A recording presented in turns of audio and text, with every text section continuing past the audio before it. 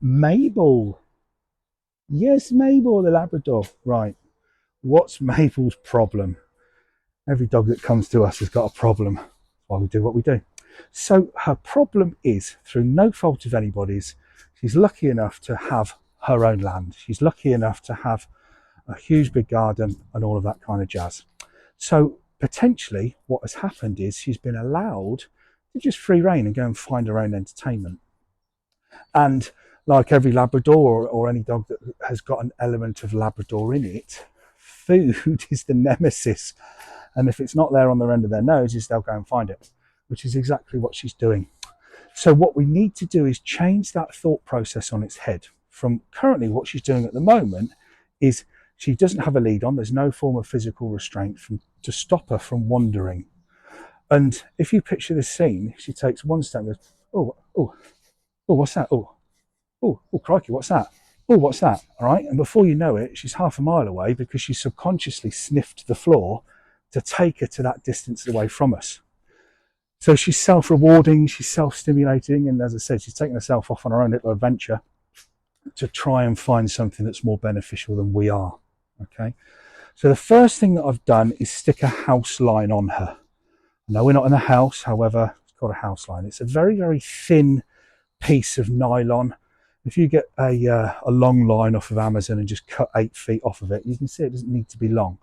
However, what we want is for her to feel an element of restraint, an element of physical restraint to stop her or prevent her potentially from putting one foot in front of the other to go off and explore.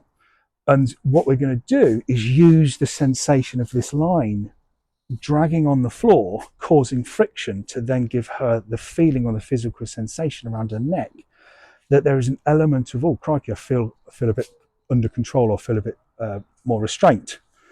However, that will stay on her. You can use it in the house, you can use it in the garden, you can wherever you like, just while this training process is going on. Keep it short so it's not getting tied up around the coffee table or caught on a wall or whatever. All right, but what it is we're using this because the friction on the floor gives her a physical sensation that she is tethered in some way, shape, or form. She's not. She can run if she wants to, but we need to change that habit. So another thing of what we need to do, good girl, is show her and teach her that she no longer needs to go off and find little bits of bobs and all that kind of stuff. In this case, they always say treat the dog in front of you. In her case, she's also lucky enough that the house that she comes from rents a unit to a dog food company. So all she's got to do is follow the smell of a dog food company, and guess what? She gets the best, biggest, most golden reward at the end of that little adventure that she's taken herself off to. However, that's not an excuse. We can't use that as an excuse.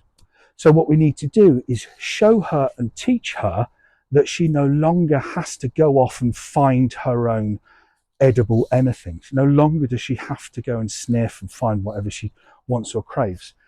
Hand feeding, daily allowance of food. Okay, she's on kibble, which is a lot easier to do. Okay, and we're not going to talk about the difference between protein and kibble and heat dried and the different topic, different subject. But what we are going to do is we're going to use her daily allowance of food to show her if she is near us, she gets what she wants. Simple as that. Okay, if she remains by our sides and near us, she gets what she craves. So we're showing her and teaching her no longer does she have to venture off to find something that's edible, because over time she will realize all I've got to do is just stay. Even better, all I've got to do is just stand and stay close and remain within a very close proximity to the owners, me in this case, and a reward will come. So we're teaching her that you don't have to go off and find your own food, mate. Come on in, because I've got it here. So, good girl. Doing this as well, we're elevating our value in her world. At the moment, the valuable source in her world is follow a scent, one foot in front of the other. That scent will get stronger. That scent will become more powerful. Before you know it, she'll stumble across something that's edible. She'll pick it up and eat it. That will then self-satisfy her. That will then reward her subconsciously without us even being involved to then take another step and another step forward, because there might be some more there. What we need to do is show her she no longer needs to do that because it's all here, just by hand feeding her daily allowance, okay? But if you notice, what I'm doing is I'm spreading the duration out. I'm spreading the time out. I'm not just going, what? There, good girl. There you go. Good girl. There you go. Good girl. All right. I'm purposefully spreading the time out before I give her her second or third or 10th or 12th piece of kibble. Because what I want her to do is realise all I've got to do is just stay nearby and it will come. All I've got to do is just stay near me or the owners when she goes home and it will come. Now, the reason, this is what I want, okay? I want this lesson to be hoisted in to the fact of now she's happy to be near me. I want her to now follow me. If she starts to follow me, come on, good girl.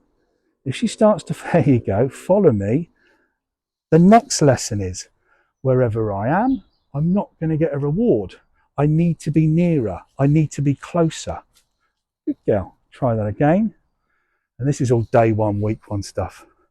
Little Mabel's just come in. But can you see how she's following me? But taking it a step on, she hasn't taken her eye off of me. So she's seeing value, pardon me, she's seeing value in me.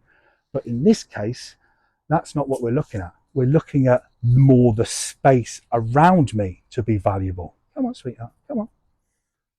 Good, little Mabel that takes herself off on her own little adventures because she's lucky enough to have the size of the garden to be able to do that. House line, adding a physical element of restraint so she's not so inclined to want to go. Daily allowance of food to show her around us is better. But more importantly, to show her and teach her there is no longer a requirement to want to go off and self-stimulate on these little adventures that she does as often as she can every day. You mate, come on in, come on in.